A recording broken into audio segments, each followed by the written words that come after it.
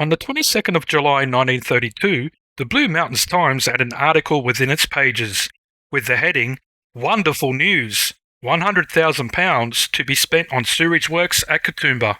The sewer works were a blessing for many local families, as the Public Works Department needed a huge workforce, so many unemployed men in the area gained employment. On the 19th of January 1933, in the Katoomba Daily, with the heading Flying Fox, Up-to-Date writes to us as follows.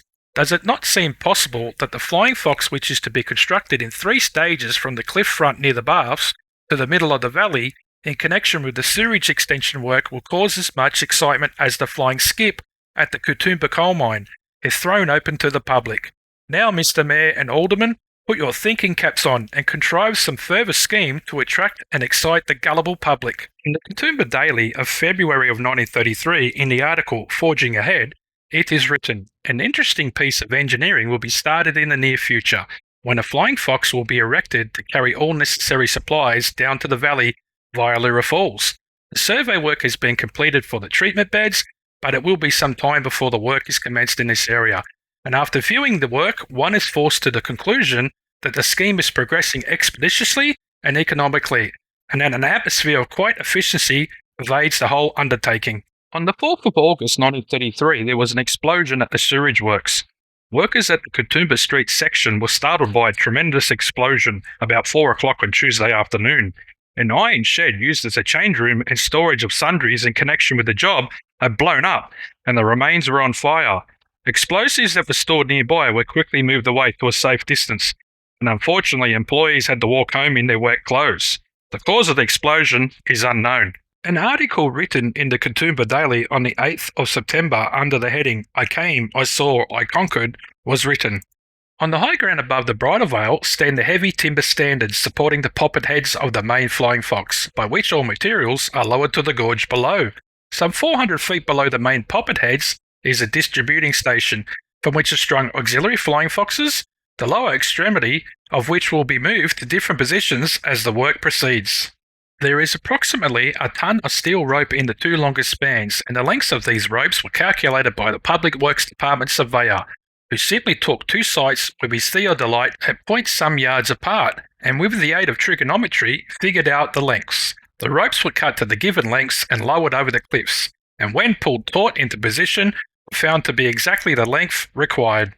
The strength of these ropes was significantly tested by the means of a heavy cold spring, with a movable index, and to date the heaviest single load lowered was one of 1 3/4 tons. Below the Bridal Veil, the line of concrete pipes creeps on. Above the line of trench, there runs a miniature Flying Fox, along which the pipes are run into position. There they are laid and jointed by men who, a few months ago, had never seen this work done. Further along the line, jackhammers rattle out their incessant tattoo, worked by compressed air brought all the way from the compressors at the Darley Street depot by a line of pipes, while periodically the gorges ring with a series of terrific explosions, and the air is filled with flying fragments of rock.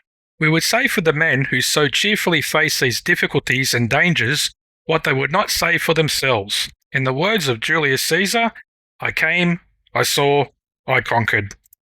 The Daily's issue on the 19th of October 1933 with the heading, "Flying Fox, excellent subject for movie cameraman, says Mayor Freelander."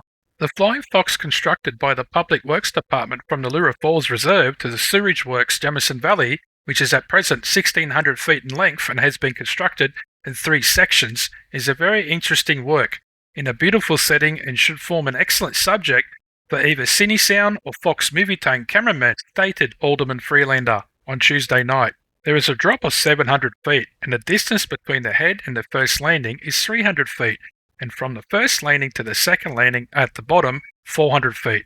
The Flying Fox is operated by electric winches, and there are branch cables from the first landing into the creek. Large quantities of material are being conveyed to the works by the Flying Fox. The Mayor's suggestion to invite Cine Sound Productions and Fox Movietone to send their cameramen to Katoomba to obtain pictures of the Flying Fox was adopted.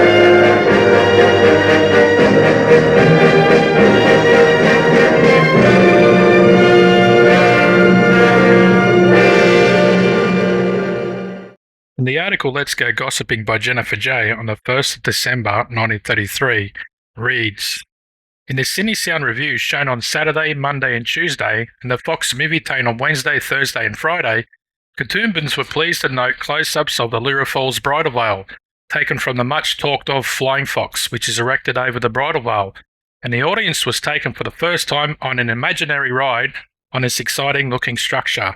The aforesaid Kelly gang probably disclosed their identity by a burst of applause when Sydney Sound Review was flashed on the screen.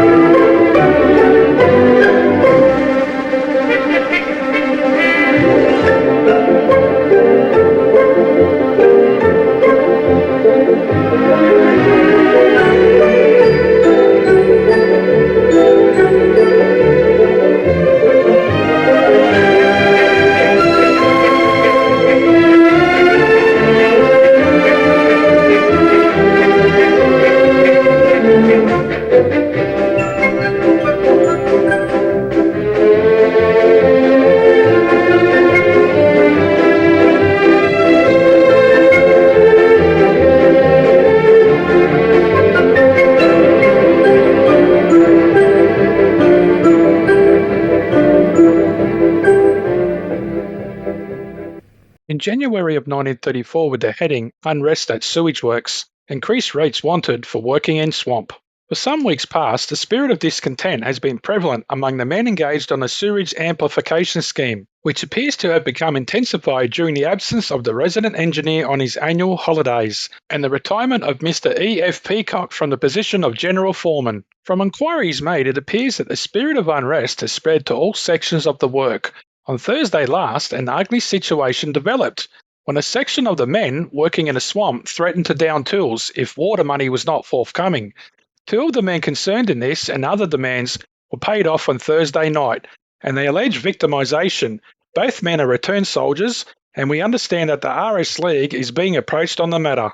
In a previous article on these works, we commented on the great work done under the leadership of Mr. E. Peacock when the cliffs at the Bridal Veil and Leura Falls were conquered, due to the fine spirit of cooperation then existing, and this appears to be borne out by a letter which Mr. R. Paul, Honorary Secretary of Katoomba and Leura Relief Works Association, has just received. It states, I should be glad if you would kindly convey to the members of your association my appreciation of the very loyal assistance given to me in carrying out successfully what I claim to be the most difficult and dangerous scheme ever put through in this state.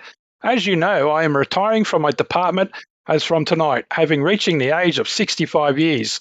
I also wish to thank you personally for your unfailing courtesy and fairness in our dealings, as representatives of both sides. It is also alleged by the men on the job that since the retirement of Mr. Peacock, efficiency has fallen 25%. The situation seems to call for some action, as obviously a body of discontented men could not do work, and in the final analysis, the ratepayers will be called on to foot the bill. Then, the Katoomba Daily reported on the 16th of June 1935 that the sewage augmentation works were finally completed. The article talked about how much it cost to construct and other aspects of the works. The last paragraph reads, attend the official opening of the sewage works this afternoon and hear what the Honourable E.S. Spooner, MLA Minister for Works and Local Government, has to say about these most modern and up-to-date sewage treatment works. Olympian Lookout Leura, 2:30 p.m. So after learning about the Flying Fox and why it was built, I'm going to go out to the area and see if I can find anything that's left over of the Leura Flying Fox. Now I've made my way down into the valley because I want to show you this part of the Flying Fox system, and it's still open here, and it's probably a good 3 meters wide, and that was to allow the Flying Fox to come down here, and it may have stretched a little bit further in, but there's trees growing here now, so I'll be looking down there further, but we'll go and check this part out And we'll walk up here and we'll see if we can find anything. There's not much to see at the moment. It's just really open here. So this was done in the early parts of 1933.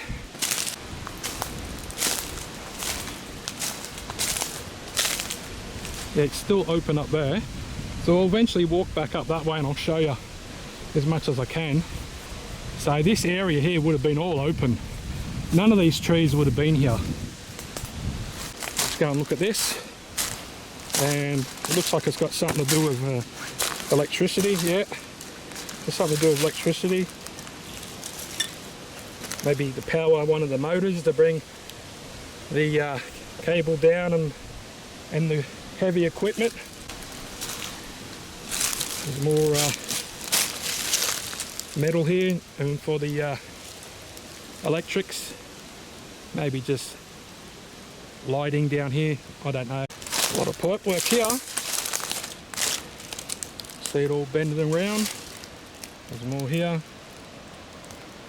So that's running along where the Flying Fox would have been. It's been on the cap for the top of a wooden pole. This is a rock wall being built along here. And it goes all the way along over here.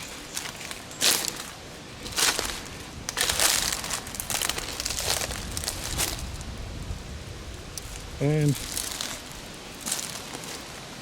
keeps going through there. Let's go take a look at this. This is interesting. Wonder why they did this. Maybe it was to guide water away or something. I'm not quite sure. Just keep on walking through here and see what else we can find. Okay, that little channel is still going. And it goes up to where this big tree was. And this big tree wouldn't have been here in 1933. And you see, just right there is where the opening is, where I was standing down there before. And we'll keep walking around and we might find something in here got to do with the Flying Fox. Looks like there's more rocks that have been made like a rock wall. There's a lot of pipe work here, as you can see.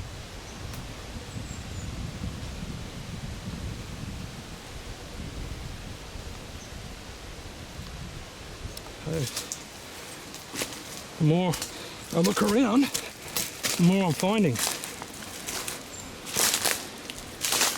So what's in here? So this is opposite to where I was before. And then you can see how it's all open there.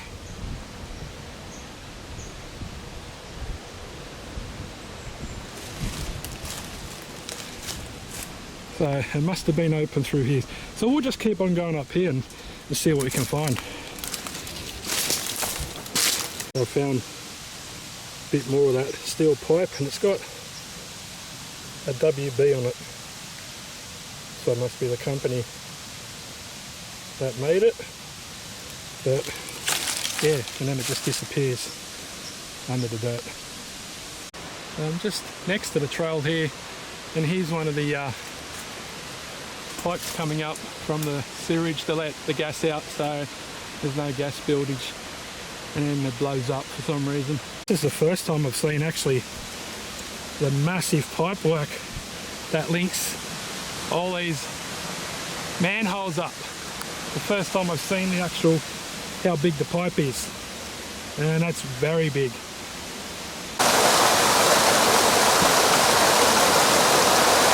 So I'm right at the base of Brighter Vale Falls, which is just up here, and looking for the Flying Fox cable, and voila, there it is.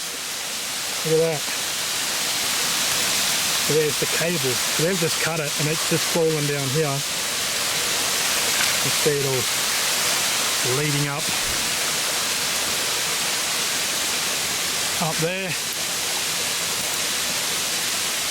and probably going up the ridge. Just see how much of it is here, because it's all curled up around here.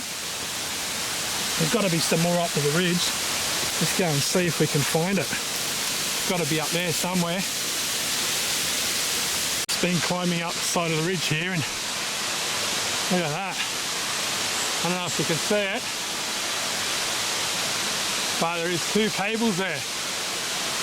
There's a big one here and one a smaller one. Alright, keep climbing up this ridge and see where they lead to. So I made it up the ridge here, and this is the original trail that the workers used to get to the site of the second area for the Flying Fox system. And then there's the smaller cable here, and then there's the larger cable. So what, after watching the Fox movie tone and the Cine sound, the big cable up here took the weight, and this little cable was the one that pulled it back up and back down again. So it was attached to the motor system. So as I'm walking along, you can see the smaller cable right here. It's not really that thick, but still would hold a lot of weight before it broke. And here's the bigger cable. So it's really not that rusty after sitting here for, you know, 90, I think it was that 1933, you got 2025 for 92 years. Anyway, I'm going to keep following along the trail to and the cables to get to the Flying Fox site.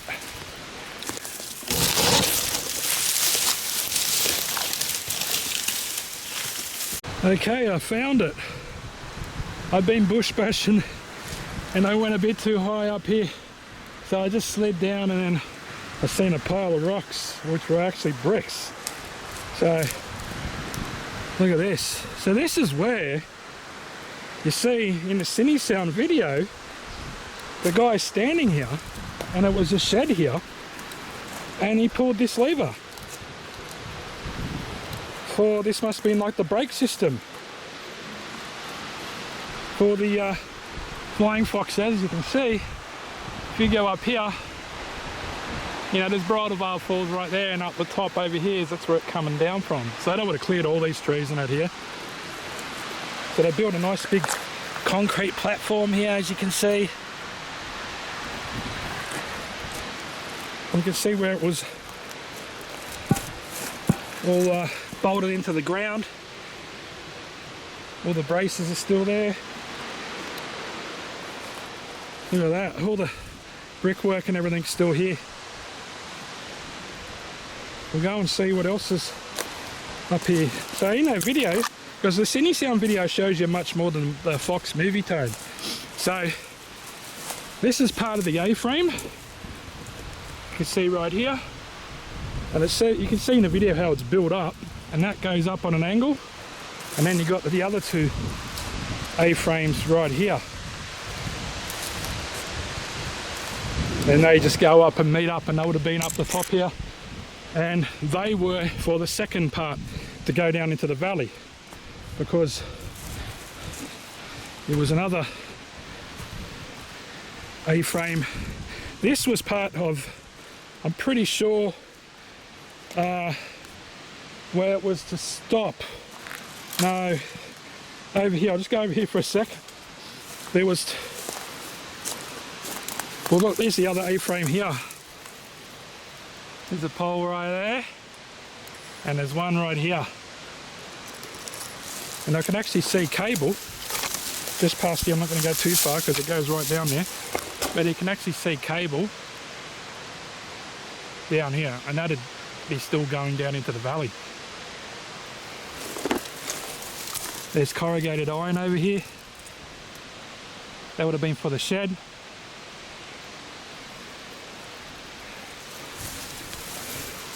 And there was a platform here, and it would have been around here somewhere for, I think it was somewhere about here.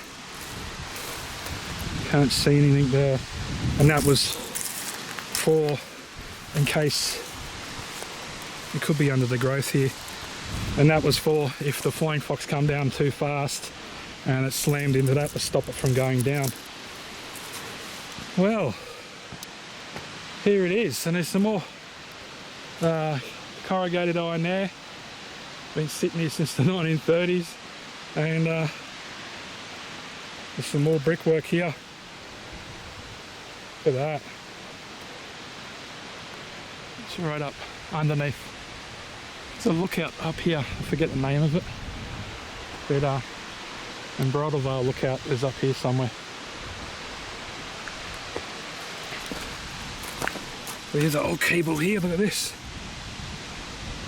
That might have been attached into the ground somewhere.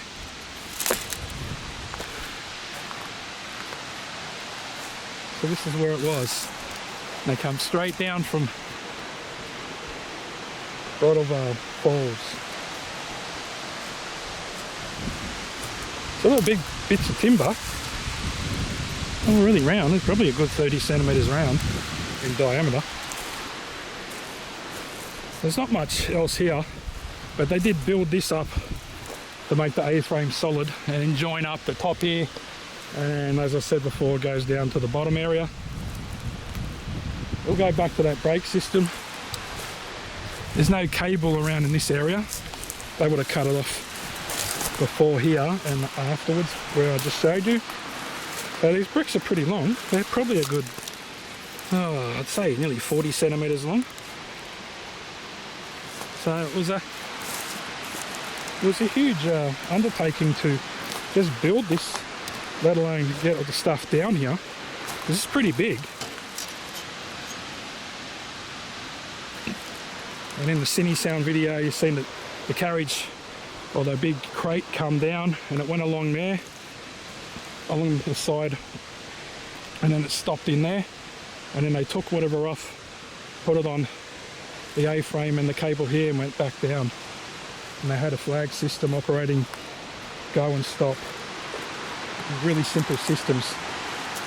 Just want to show you one more thing. I found, so this would have been to keep everything fastened to the ground. So there's another bit of wood here, so this would have been sticking up to help with the structure. And you can see where the cable has been secured into the ground, still there, to keep everything nice and strong so it doesn't fall apart. And then there's cable there. It's a bit rusty there. But that's it. That's the Flying Fox system.